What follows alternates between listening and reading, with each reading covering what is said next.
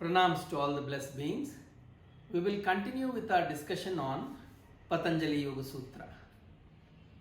We have in the previous 11 shlokas of Samadhipada known what Patanjali had to say about who should be the sadhaka on the path of yoga.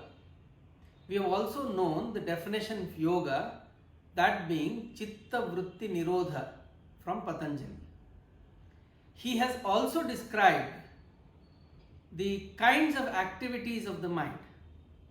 From 11th shloka onwards, he tells us about the ways of nigraha, nirodha or restraint of the mind.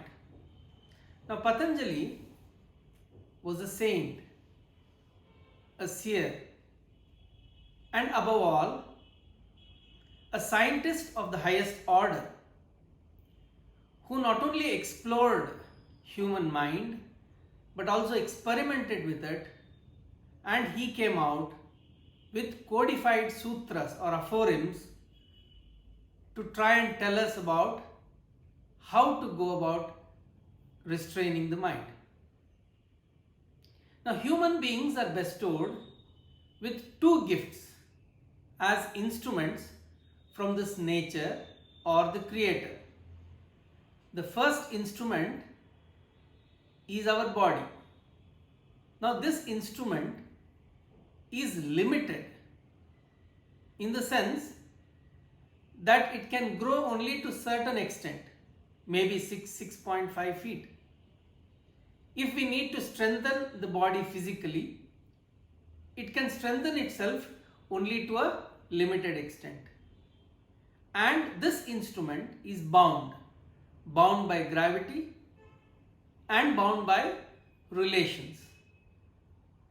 Unlike this, the second instrument that is gifted to us, that is one's mind, is a very agile gift.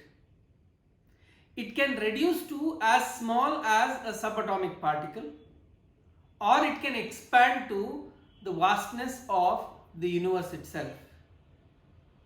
It is very fast. Now, sun rays take nearly 499 seconds to reach Earth from the sun. But within a split second, human mind can travel to sun and come back to Earth. This is also a very strong instrument and the most powerful instrument that one can experience. With this instrument, human beings have tried to replicate the creation of the Creator himself. All that we call human creation is a result of the use of this powerful mind. Now, the power of this mind is also a source of problem in the sense it has certain spontaneity in it and it is very difficult to restrain the mind. This is exactly what was reflected in Arjuna's statements when Arjuna asked Krishna, "O Lord, this mind is chanchala or restless. It is pramati, turbulent. It is balavad, very strong. And it is obstinate, dhridam." He asks Krishna as to guide him through the process of control of this mind, because he says, "It appears to me that I am able to control the wind, but not this mind." And Krishna says, "You are right, O mighty armed Arjuna. Manah durnigraham chalam." Mind is very difficult to control and it is always on the move. Abhyasena tu kaunteya vairagyena cha grahyate is what Krishna has to say. He tells Arjuna, you practice the restraint of mind, and dispassion settles by itself in your mind. Now he has given two techniques of controlling the mind. One is practice, the other is detachment or dispassion. This is exactly how even Maharshi Patanjali has described the framework of controlling the mind. In the 12th shloka of Samadhi Pada, Maharshi Patanjali says, Abhyasa Vairagyabhyam Tan Nirodha. So he has described what are the vrittis of mind.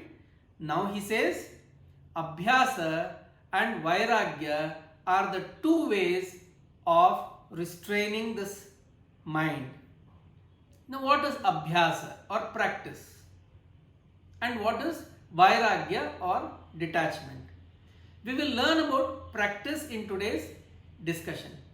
Please understand that Maharshi Patanjali has given a broad framework of going about restraining the mind here. Specific techniques of restraining the mind have been explained later in the Samadhi Pada. What is practice or abhyasa? This is explained by Patanjali in his 13th sutra. He says, Tatra sthitau yatno abhyasaha. That means the attempts or the efforts of keeping the mind in an equanimous state or keeping it free from the vrittis or fluctuations is what is abhyasa or practice. Now what does he mean by this?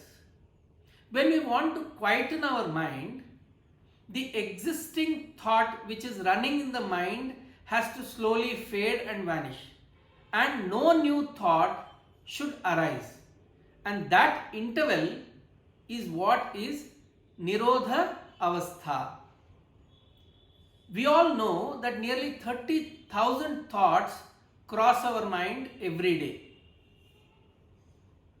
This is a huge number, and the mind is spontaneously bubbling with these thoughts.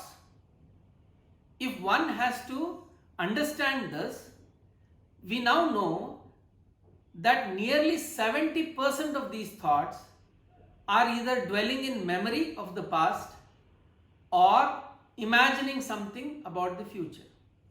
And these thoughts most often are random, unconnected, with the mind moving from one thought to another without serving much purpose.